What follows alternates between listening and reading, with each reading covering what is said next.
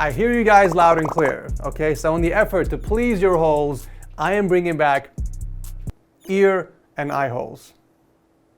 Don't make this weird. I'm bringing back Budget Edition. So with that said, welcome to Setup Wars episode 335, Budget Edition, in the hopes to help inspire and motivate some of you guys watching. So with that said, sit back and relax and let the Setup Wars begin.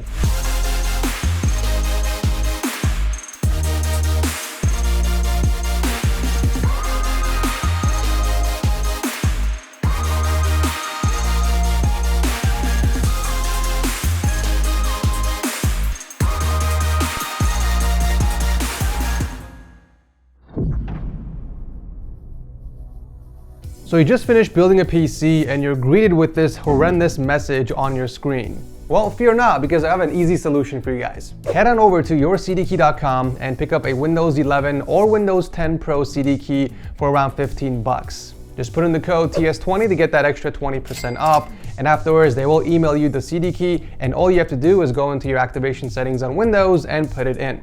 Afterwards, the watermark will disappear and you can enjoy all the features from Windows. Kicking off the episode, we have a very peculiar setup by David, who's a waiter from Portugal. Now what's interesting about the setup is that it's a wall-mounted setup, meaning everything is attached to the wall.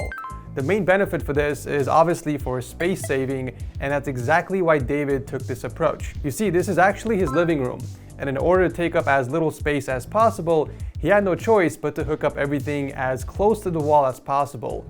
And he did all this under a tight budget by using leftover furniture that wasn't being used. He created a floating monitor riser with a modded pull-out drawer for his peripherals.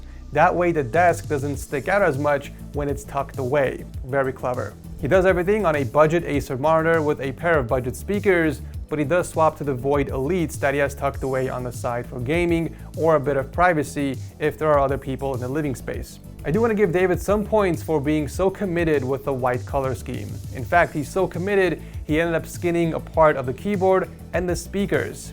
But if I can speak freely here and ask, what in the Smurfs butthole is up with the wall color? It legit looks like a set from Blue's Clues up in here. I mean, if your main goal was to make an impression, you certainly have. But realistically, it's very distracting and doesn't really complement the rest of your house. But I digress. I do love that you added some extra shelving units to help with storage and to keep stuff off the ground. And is that a piece of wood being held up by cinder blocks? The PC part of the setup is also kept off the ground on its very own wall shelf, although I'm not sure if my anxiety levels would allow me to put the dog's home right underneath something so heavy. I hope the PC is somehow secured to the wall or the shelf in the event of an earthquake. Maybe that's what that giant white block is for. It looks like it's attached to the case near the bottom, but it also looks like it's blocking the rear exhaust. I don't think it really makes a huge difference with thermals, considering he has 5 more exhaust fans in there. There's actually a lot of modded parts. He painted the GPU, he installed a metal PSU shroud, he also made a custom cover for the bottom motherboard, and I just realized the custom acrylic piece in the back of the case is actually to hide the rear I/O and the cables from the PC. That's pretty cool. But I would still find a way to secure the case to the shelf so that it doesn't accidentally fall off. Mounting an entire setup against the wall certainly has its challenges, like cable management for example, but David did not disappoint here. He nicely zip-tied all the cables and the power strips underneath the shelf, and he took it a step further by also wrapping it in vinyl so that it blends in with the color scheme. The setup certainly has a lot of strengths and weaknesses, but I have to admit, it's a very clever approach in solving space limitations. With a few tweaks here and there, I'm confident this setup will improve significantly. Thank you, David, for starting off the show. It doesn't take much to make people happy. You just need a small amount of space in your room with a good-looking setup. Hudson's setup is a prime example that you don't need anything super flashy or over the top with RGB lights to play games and get work done. This is a very modest setup, especially for a 13-year-old. And you know what? It's perfect the way it is. It's got all the essentials for a fully functioning workstation that you can also game on. A 24-inch curved monitor, a nice set of gaming peripherals, and a headset with a dedicated mic to game with the boys. Now, even though it's a simple and straightforward setup, what really makes this stand out is the desk in the background. I can guarantee if you use the same gear with an IKEA Linman against a white wall, this would have looked like another cookie cutter setup. I guess what I'm trying to say here is if you're looking to stand out and build something unique, spend a bit of effort and look for a desk from a furniture store. If you must shop online, Wayfair has a lot of really neat options as well that will complement your style and space. If all else fails, go IKEA. So this desk goes for $270 on Amazon, and what I like most about it is the built-in USB hub in the front for easy access, the shelf in the back to help store the power strip and the cables, and it even comes with a remote to control the RGB lights behind the desk. Same thing with the wall. You don't have to go out there and do a full custom wall. Something simple like adding a wallpaper or even changing the color will go a long way. But if you do want to take it to the next level, adding accent panels is the new trend for setups.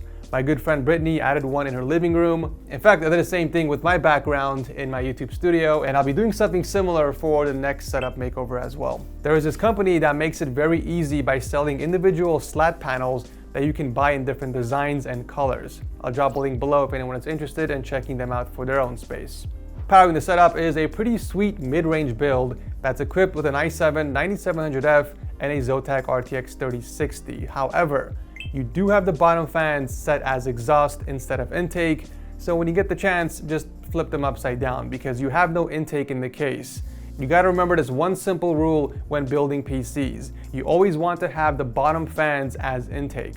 Aside from that, it's a killer setup that you've built for yourself. Thank you, Hudson, for coming on the show. Coming in at number 3 is another person who has made the most of his current situation. Jamie is a student from the UK who loves to game, but there is one big problem. He's a bit tight on cash and doesn't have a whole lot to splurge on a high-end gaming setup. I mean, my dude doesn't even have $15 to drop on a Windows CD key, so he's stuck with that nasty watermark. I'll tell you what, if you're watching this video, let's get you activated. Hit me up on Discord and I'll send you a CD key for either Windows 10 or Windows 11, your choice. Anyways, his primary display is a 24-inch from MSI mounted to the desk next to a 22-inch in vertical mode, and I love that he skinned both of the chins in white to match the color scheme. I noticed you're using 2 separate monitor mounts, and you did mention in the notes that you wanted specific heights, but there's a much better option for you. You don't need 2 separate mounts. You can just go with a single dual monitor mount and use this adapter from Vivo to get your desired height. In fact, I featured this in a previous Cool Tech video because a lot of people don't know this adapter exists, and it's the perfect solution to align your monitors together by providing them height adjustability. This is perfect for people who have multi-monitor setups. I'll drop a link to it below if anyone is interested. Finally, powering the PC is a pretty nice white themed budget build featuring the Ryzen 5 3600 and the EVGA GTX 1060. I would eventually save up for some cheap white cable extensions to complement the rest of your build, but if you're dedicated enough, paint the CPU cooler shroud, which is very cheap and easy to do. I have a pretty cool guide on how to do it. If you want, I'll drop a link to it down below. It might not be much, but hey, at least it's his. It's a fantastic starter setup to build upon. Thank you, Jamie, for sharing this with us. This next setup nearly hit the cap of the $2,000 budget with those nanoleaf lines, but luckily the rest of the gear kept the total cost down. It's also worth noting that he paid for 90% of the setup by selling candy at schools. This is probably the dude that brings in $2 hot Cheetos and sells them for $5. So Lewis is a student from Singapore who likes to do it all: gaming, streaming, content creation, and a bit of video editing as well. And he's got a pretty nice setup for it all. Dual monitors mounted against the backhand desk, just high enough to fit both of his Z200 speakers underneath. That is very satisfying to see. For peripherals, he's using a custom-built TM680 board with looped Gateron Ink V2s, paired with the Razer Lancet mouse and the TS Topo White. FYI, we do have a new Topo design on the TechSource shop. Personally, I think it looks cleaner, but more importantly, the logo is a lot smaller so it doesn't stick out as much. If you're watching this video, hit me up on Discord and I'll send you one for free.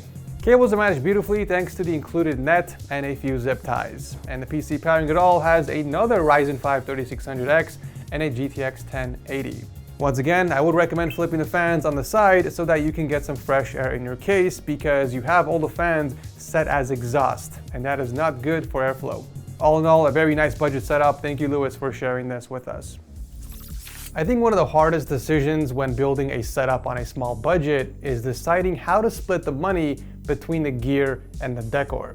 Obviously, everyone wants a good-looking setup, but you also have to compromise and make sure you prioritize functionality and performance first. Personalizing your setup should always be an add-on. I think Omri here did a pretty good job on the decor and most of the gear, but he neglected one of the most important components, the graphics card. This entire setup is being powered by a 10600K and a GTX 1050 Ti. Okay, that's like popping open the hood on a Lamborghini only to find a 4-cylinder engine. I mean, it looks nice, but you're not able to really take advantage of the resolution or the refresh rate of your monitors.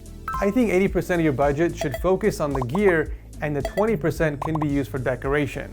80% of the budget should be split in half between the PC and the rest of the gear. So if your budget is $2,000, for example, 80% of that should be the gear, which is $1,600, and half of that should be put into your PC. This is just a general rule of thumb I like to follow when I'm building budget setups, but it varies depending on the person, so feel free to tweak the percentages to your liking. Moving on to peripherals, he's rocking a HyperX Alloy Origins with Corsair PBD keycaps, and he paired that with the Viper Ultimate mouse and a TS Camo mousepad to tie the whole thing together. Aside from the PC parts, the rest of the setup is well executed. The 3DR panels and the wall shell fit perfectly with the length of the wall, and it doesn't stick out more than it should, blocking off the window to the side. You can definitely tell he put some thought into this. The only other concern I have is with the slight bowing of your desk underneath the PC. I would definitely keep an eye on that, but otherwise it's a nicely executed setup. Thank you, Omri, for sharing this with us.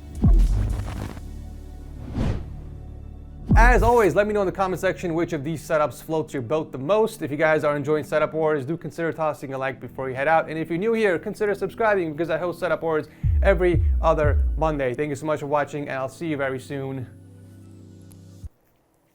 I literally forgot my line. I'll see you in the next one. Jesus Christ.